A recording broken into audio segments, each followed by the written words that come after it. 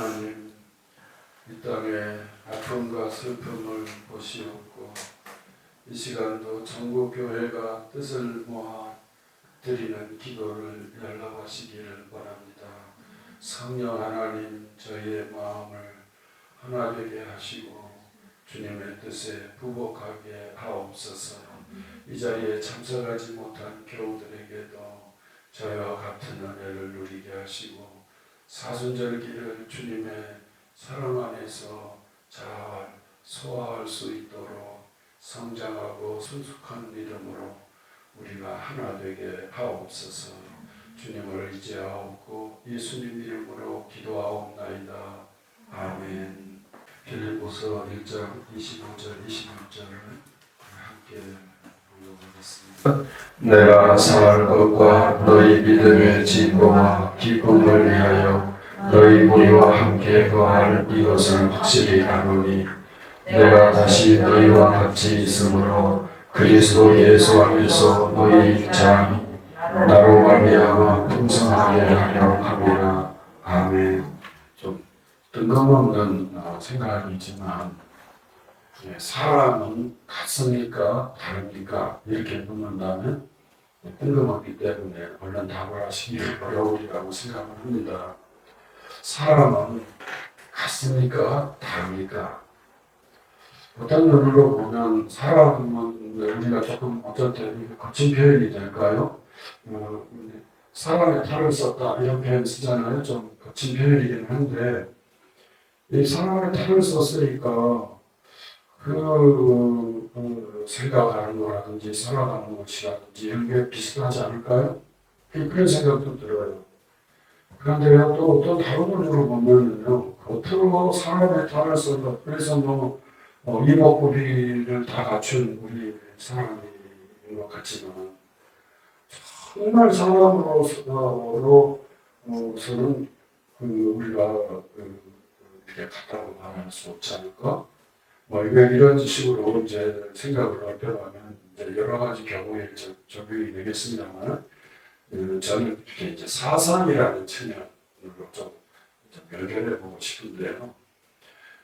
성경학자들도 우리 기독교 역사를 또 연구하는 분들에 가면은 서양의 경우 두 개의 큰 생각하는, 그래서 그걸 사상이라고 합시다. 그 사상에 흐름이 있다. 이렇게 이제 말을 해요. 하나는 히브리 민족 그러잖아요. 히브리라는 말에서 생겨난 발음이 조금 변형이 돼가지고요. 명사를 됐을 때 헤브라이즘 이렇게 말을 해요. 헤브라이즘, 히브리즘 이렇게 말을 안 하고 발음을 헤브라이즘 이렇게 발음을 하는데요. 이런 게 하나 있고요. 그리고 또 하나가 있다면 이제 그리스 사람들을 중심으로 헬레니즘이라는 걸 이렇게 불렸죠. 영어로 그렇게 불렸지는 사상의 흐름이 있어요. 같은 사람인데요. 요 헬레니즘, 헤브라이즘 이거는요 아주 다르다고 그분들을 봅니다. 그럼 헤브라이즘은 뭔가 하니까 히브리 사람들의 생각과 삶을 기초로 하는 거고, 헬레니즘은 그리스 사람들의 생각과 삶을 기초로 한 거예요. 사람 속에서 나온 거예요. 이것도 사람 속에서 나온 거, 이것도 사람 속에서 나온 건데, 전문가들의 연구하면 이 둘은 비슷한 것도 있겠지만 아주 다르다 그렇게 말을 해요. 오늘 그것과 관련된 것을 조금 보려는 건데요. 복음서를 보시면 예수님의 어린 시절을 언급할 때 거의 없어요. 이상하게 복음서에는. 그런데 이제 누가복음만 딱 한 번, 이제 절수로 말하면 이제 두 적이 이제 나타나는데요. 예수님의 어린 시절을 이렇게 전하면서 예수님께서는 키도 자라면서 뭐라고요? 은혜도 자라고, 그래서 하나님과 사람들로부터 더욱 사랑스러워지더라 그렇게 말을 해요. 여기서요, 너희 믿음의 진보라고 이렇게 우리말로 번역된 이 낱말이 예수님께서 키가 자랐다라고 할 때 쓰여진 낱말이에요. 그러니까 예수님은 이렇게 자라나는 분이었다라는 거예요. 그런데 왜 이제 누가복음에 이제 그것도 딱 어린 시절에 두 절을 제외하고는 누가복음도 전체적으로 보면 그런 그 내용이 별로 없고요. 그리고 이제 마태나 마가나 요한복음에서는 이런 표현이 없어요. 예수님께서 분명히 육신을 입고 이 땅에 오셔서 부모님의 사랑을 받으면서 이렇게 성장에 가셨을 것이 분명한데도 불구하고 왜 복음서들은 예수님의 이런 어린 시절, 즉 어린 시절의 특징이 뭐겠어요? 이게 꽤 많은 분들이 우리도 이제 공감하고 동의하는 건데 어린 시절의 특징 말해라 그러면 자라나는데 그 특징이 있잖아요. 만약에 누군가가 말한 것처럼 어린 아이인데 자라나지 않고 있다면 그거는 슬픈 일이라고. 아이가 태어났을 때 식구들, 부모들에게는 어마어마한 기쁨이잖아요. 그런데 그 아기가 자라나지 못한다고 한다면 그 순간부터 그 기쁨은 재앙으로 다가오는 것처럼 재앙으로 경험하잖아요. 그런 것처럼 어린 아이들은 자라나는 건데 왜 예수님이 오셨다고 하면서도 왜 예수님께서 이렇게 자라났다고 하는 것에 대하여 복음사를 인색한가? 즉 전하지 않는다는 거예요. 그리고 꽤 많은 분들은 그 요인이 헤브라이죠. 그러니까 히브리 사람들의 전통, 그 사람들의 생각과 그 사람들의 사고, 삶 이런 것들이 반영된 것이 아닐까 그렇게 생각하는 거예요. 그게 그럼 뭐겠어요? 이스라엘 사람들도 어린 아기가 태어나고 그리고 그들이 자라나는 거, 그 자기도 경험했고 또 눈으로 보고 있고 그것도 같아요. 그런데 그 사람들에게 있어서는 이 주사들에 의하면 그 사람들 속에는요 자라나는 것에 대한 개념이 없다는 거예요. 그럼 그 사람들은 자라난다라고 하는 것을 어떻게 경험하는가 하니까 그 사람들은 하나님을 의지하는 것으로 자라남이라고 하는 것을 표현하지 한다는 거예요. 헬레니즘, 즉 신학 사람들이 생각하는 그런 철학이라든지 그런 사고라든지 생각하고는 달라요. 그 사람들은 자라나는 것에 대한 관심이 있어요. 실제로 자라나는 것. 근데 이 헤브라이즘, 유대인들의 이 사고에 의하면 자라난다기보다는 의지하는 거예요. 의지하는. 구약성경에서 이것을 잘 보여주는 인물을 꼽으라고 그러면 역시 단연코 다윗이시겠죠. 다윗과 관련해서 우리가 이렇게 자라나서 자라나려고 하면은 훈련도 그게 이제 우리 식으로 말하면 교육이겠죠. 교육을 하고 연습을 하고 훈련하고 그 아기들이 이렇게 서기 위해서는 뭐 수만 번 넘어져야 된다든가 뭐 그런 얘기도 있잖아요. 우리가 또 보고 있잖아요. 수없이 넘어지는데 그렇게 해서 이제 어둠되다가 일어서잖아요. 그런 것처럼 그게 필수적인데 의지한다고 그러잖아요. 이 의지하는 것과 관련해서 아주 다윗이 가장 유명한 부분이 어딜까요? 그렇죠. 골리앗. 그때 한 말 중에 뭐가 있어요? 전쟁은 누구에게 주겠다고요?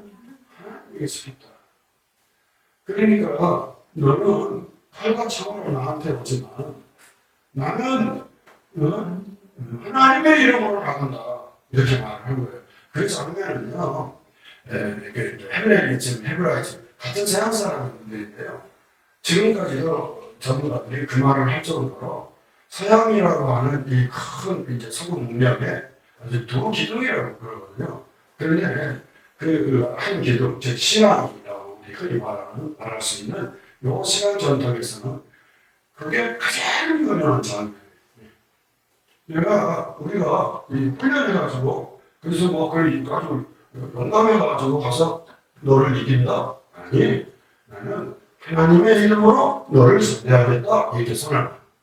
유대인이 지니고 있다는 영어로 말하면 앞서 말한 것처럼 뭐 헤브라이즘 저희가 조금 유식한 척 하려고 하는 것이 아니고 그 사람들이 하는 말이니까 한번 해보는 거예요. 헤브라이즘의 아주 중요한 특징이 거기에 있다고 할 수 있습니다. 그리고 이제 또 그런 거를 더 찾을 수 있는가? 그러면 지난번에도 한번 제가 인용했던 것처럼 시편에서 찾는다면 시편 23편 말하는 것이 시편 23편은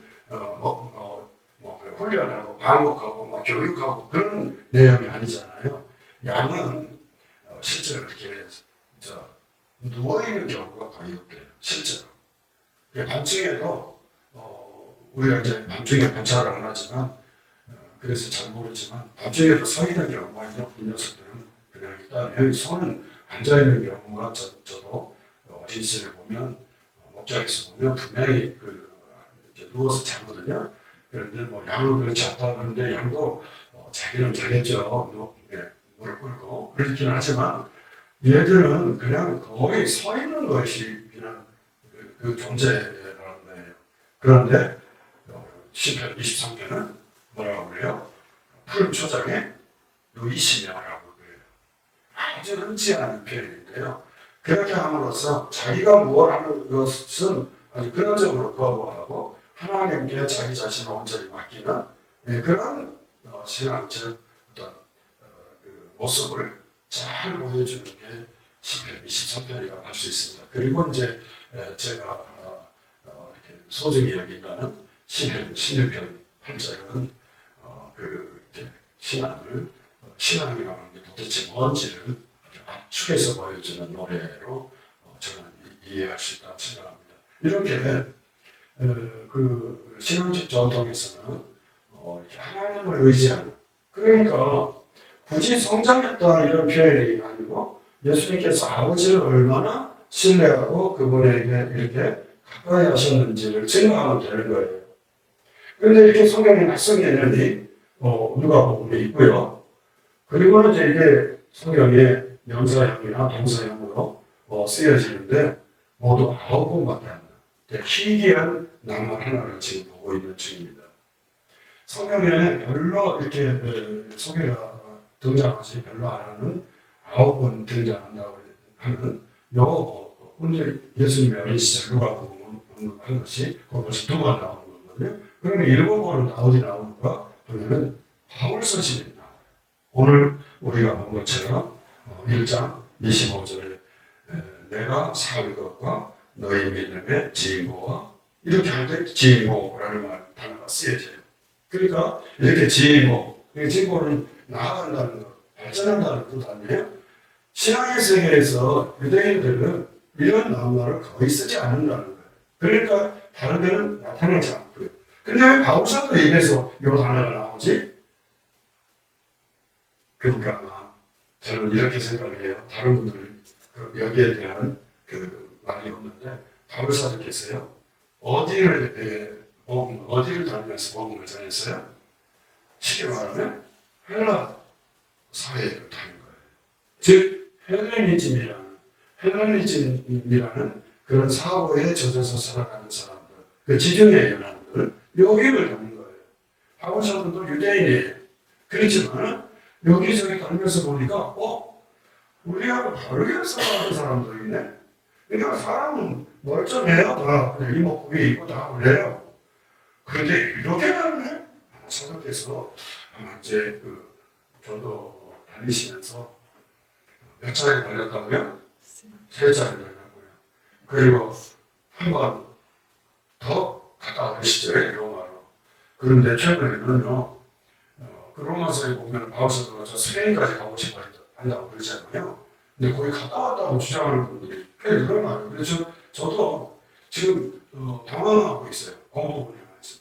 바울사도가 그러니까 그러면 그 스페인에 복음이 아주 초기부터 전해졌다고 그러거든요. 그리고 스페인 사람들은 그걸 누가 전했다고요? 뭐였죠? 가짜는 뭐였죠? 순례길? 산티아고. 순례길 있지 않습니까? 산티아고. 이 산티아고라는 게 야고보를 스페인식으로 발음한 거라네요. 그러니까 야고보가 했다는 거예요. 왜 야고보가 복음을 전했으니까 그 순례를 길을 따라서 자신도 걸어보겠다. 그거거든요. 근데 야고보가 했다는 그런 증거가 없고요. 다만 로마서에 바울사도가 저 스페인까지 가겠다 그 말이 유일하거든요. 그러니까 그걸 믿기가 좀 어려운데 그걸 주장하는 분들이 어쨌든 늘어나고 있어요. 그런데 어쨌든 바울사도가 3번 했고 4번째 로마를 갔고 그리고 순교하신 걸로 봐요. 근데 현재 등장하기 시작한 이런 주장을 한다면 바울사도는 5번 정도는 지중해 연합을 순례한 셈이 되니까 위대한 인물인 것은 사실입니다. 전부 걸어다니는 때 어떻게 그게 가능한지 이걸 상상을 할 수가 없을 정도입니다. 그렇게 이제 그 복음을 전하는데 이분이 전하면서 진짜 깜짝 놀랄 것이 있었겠다. 낱말로 말하면 유대인들은 발전한다, 진보한다, 나아간다, 뭐 이런 생각, 그런 표현이 없어요. 예수님께서 세상에 태어나셔가지고 점점 자라난다? 아니, 자라났죠. 자라났는데 그렇게 표현을 안 해요. 자라난다? 그런 것보다는 의지한다? 의외로 나아간다? 뭐 이렇게 표현을 할지언정 우리가 자라난다는 생각을 표현을 하지 않는데, 그쪽 사람들은 너끈히 그런 단어를 쓰면서 이렇게 자기를 생각하고 있는 거예요. 그래서 사도께서 저도 좀 눈여겨봐야지, 그리고 와고 그거를 이런 교회에 적용하고 있지 않느냐 하는 것입니다. 그래서 너희 믿음의 진보라는 표현을 거침없이 써요. 우리 한번 같이 읽어볼까요? 두 군데만 한번 읽어보려고 하는데요. 갈라디아서 1장 14절입니다. 갈라디아서 1장 14절.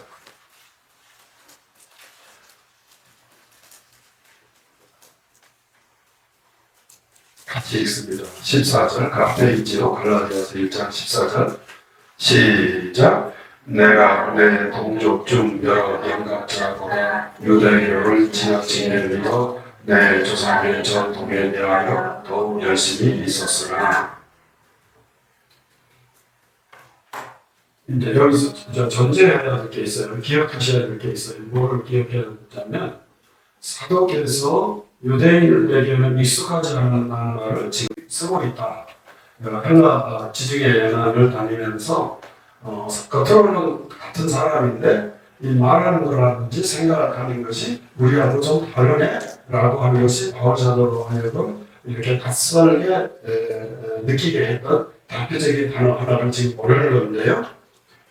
그러니까 이렇게 성장하는 거예요. 그리고 훈련을 하는 거예요. 헬라 사람들이 얼마나 교육을 열심히 했는지 그런 교육의 일들이 그리고 그 시스템이 세상에 오늘날 대학이라든지 이런 학문의 기초가 됐다는 것을 생각하면요. 헬라 사람들이 얼마나 독특하고 또 나름의 업적이 빼어난지를 우리가 인정해야 됩니다. 그런 세상을 바울사도가 경험하는 거예요. 그런데 오늘 우리가 진짜 어려운 것은 이 부분인데요. 그래요. 발전해요. 진보해요. 그런데 여기는 뭐라고 하냐면 이 지나치다라는 단어 있잖아요. 우리말로. 이게 바로 진보라는 그 뜻을 지닌 낱말을 같이 쓰고 있는 같은 단어예요. 그런데 왜 여기는 진보하다라고 발전하다라고 번역 안 했는가 하면 이 내용이 발전과 상관 관련이 없잖아요. 제가 안 되잖아요. 그러니까 이 발전하다라고 하는 나아가다라는 말은 지나치다라는 의미도 가지고 있는 두 가지 의미 같이 있는 거예요. 단어가 한 단어가 있으면 단어가 하나의 의미가 있는 거 아닌 걸 우리 알죠. 그런 것처럼 이 단어가 이렇게 부정적으로 쓰여지는 경우입니다. 이 경우. 그러니까 발전한다고 해서 다 발전이 없는 거를. 그래서 여기서 같은 단어를 쓰면서도 부정적으로 쓰고 있어요. 자기가 유대교의 가르침은 열심히 교육하고 열심히 교육하고 훈련을 했어요. 그게 지나쳤어요. 그래서 오히려 교회를 파괴하는 지점까지 예수님을 부인하는, 차라리 자기 자신이 이런 열심, 이런 진보가 없었으면 그러지 않을 수 있었는데 이 진보가 너무 지나쳐가지고 오히려 예수님을 파괴하고 교회를 파괴하는 데까지 제가 나갑니다 하는데 이 단어가 쓰여지고 있어요. 답답하겠죠? 그 다음에 디모데후서 2장 16절 망령되고 헛된 말을 버리라. 그들은 경건하지 아니하며 점점 나아가다. 진보하다는 말이에요. 그런데 여기서 긍정적으로 쓴 거 아니죠? 부정적으로 나아가는 거니까 여기는 뜻이 나쁜 경우에 이 단어를 쓰고 있어요. 그러니까 사도께서 이 단어를 쓰긴 쓰는데 쓰는 사례를 보니까 부정적인 경우도 있을 수 있네 라는 것을 알게 돼요. 그러니까 발전이라고 해서 훈련한다고 해서 그것이 다 좋은 것만은 아니구나 라고 하는 것을 사도께서는 아마 그들을 보면서 잘 관찰했던 것 같고 그것을 경험이 녹아들어 이 표현을 하고 있다고 생각합니다. 자, 그런데 이제 결론이에요. 디모데전서 4장, 디모데전서의 이번에 전서 4장 15절. 이 모든 일에 전심전력하여 너의 성숙함을 모든 사람에게 나타나게 하라. 여기는요, 이제 긍정적인 의미로 이렇게 쓰고 있잖아요. 긍정적인 의미로 씀으로써 이렇게 훈련하고 그래서 내가 발전하고 그리고 앞으로 나아가고 하는 것을 헬라 사람들을 통해서 배우게 되는데요. 그리고 그들이 나아지는 모습도 보았겠지요. 한편에서 보면 그 유대인의 눈으로 볼 때 헬라 사람들이 살아가는 그 모습을 보면 자기들은 자기들이 해야 할 일들도 은혜를 원하는 그 미명하에 하나님께 다 맡기고 자기들이 해야 할 것을 하지 않고 그래서 항상 맴도는 것 같은 느낌을 받았는데 헬라 사람들은 훈련하고 발전하고 그래서 자기들보다 진짜로 그 지중해 연안을 이렇게 여행해 본 분들은 유대인들에게 가면 예루살렘 성이라고 하는 그것은 우람하고 대단하고 그래요. 그런데 이제 물론 그 로마의 그 공격 때문에 그렇게 되겠지만은 성전도 다 없어져 버렸고 다 불타버렸고 이제 그런 결과물이긴 하지만 남은 게 별로 없어요. 그런데 헬라 혹은 로마 거쳐간 데는 그 유적 자체도 벌써 2000년이 지났어도 그저 우람한 그 기둥들이고 곳곳에 있고 특히 우리가 깜짝 놀라게 하는 거 있잖아요. 소위 스타디움이라는 그런 연극장일 수도 있고 스포츠 공연장일 수도 있죠. 경기하는 것도 될 수도 있는 아주 거대한 건축물들이 남아있단 말이에요. 아마 과거사들은 유대인들의 그런 감각을 가지고 그 주변을 보면서 깜짝 놀랐을 거예요. 그런데 그 발전이라고 하는 게 그렇게 해서 성장해 놓은 것들이 어떤 결과에 이룰 수 있는지를 이분은 통찰했고요.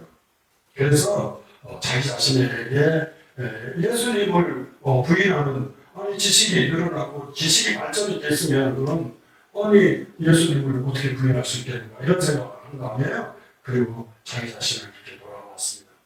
그런데 이제 긍정적인 의미로 저들의 언어를 따라서 오늘 디모데에게 훈계를 하면서 뭐라고 말합니까? 성숙함이라고 하는 말 바로 이거는요. 성숙함을 이렇게 드러내도록 나타내도록 강구하고 있습니다. 네. 그러니까 그 문화의 이런 어떤 차이점 이런 것들을 사도께서 아주 여실히 경험을 하면서 우리들의 발전이 우리들에게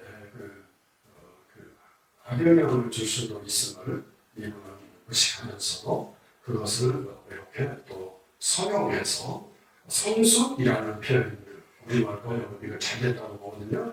그러니까 성장, 성숙 예수님께서 키가 자라시듯이 성장도 하고 동시에 지혜가 커졌다고 그랬잖아요. 성숙해지기도 하는 것처럼 우리도 예수님처럼 이렇게 성장하고 성숙하는 그런 그리스도인이 되어야 하지 않겠습니까? 이렇게 권면했던 것입니다.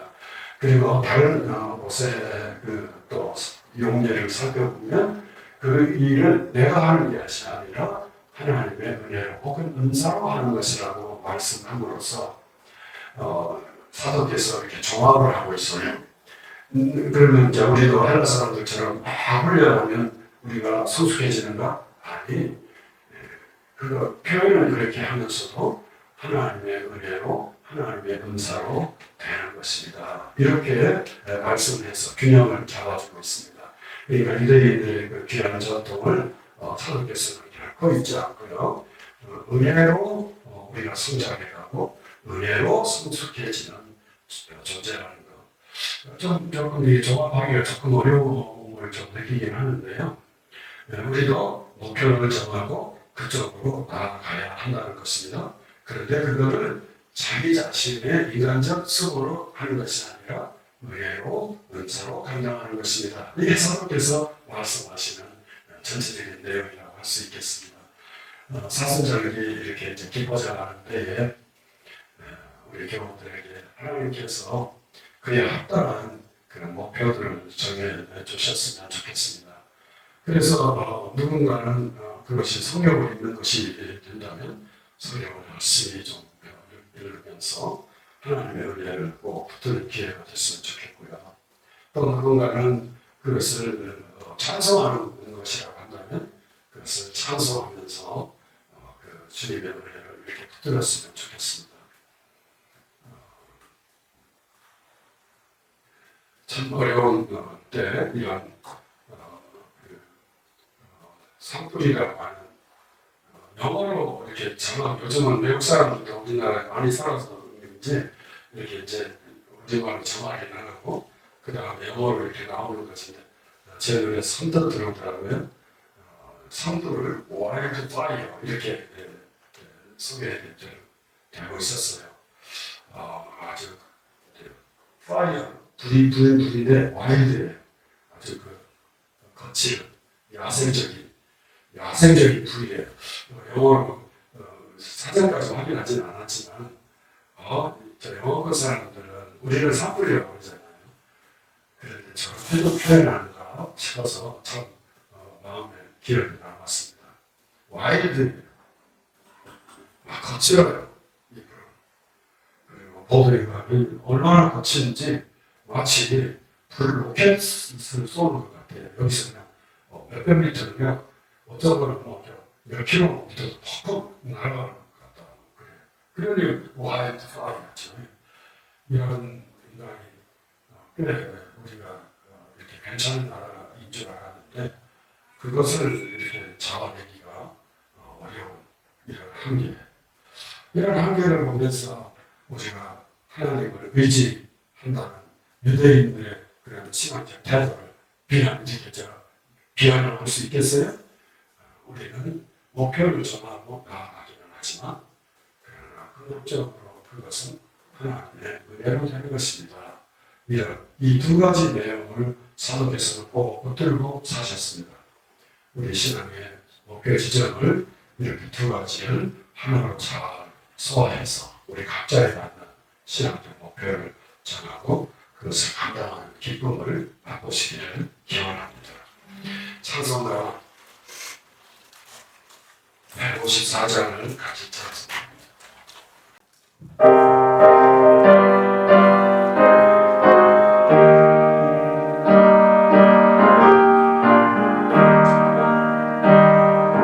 생명을 주려 날려만 버리지 없소서. 널 위해 쓰신 것으로 널 기억합니다.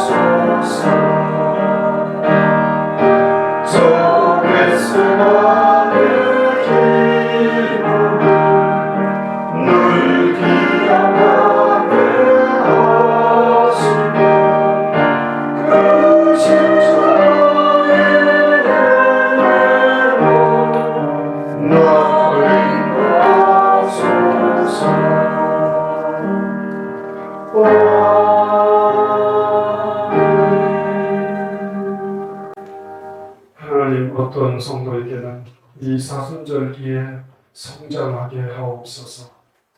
또 어떤 성도에게는 하나님 성숙하게 하옵소서.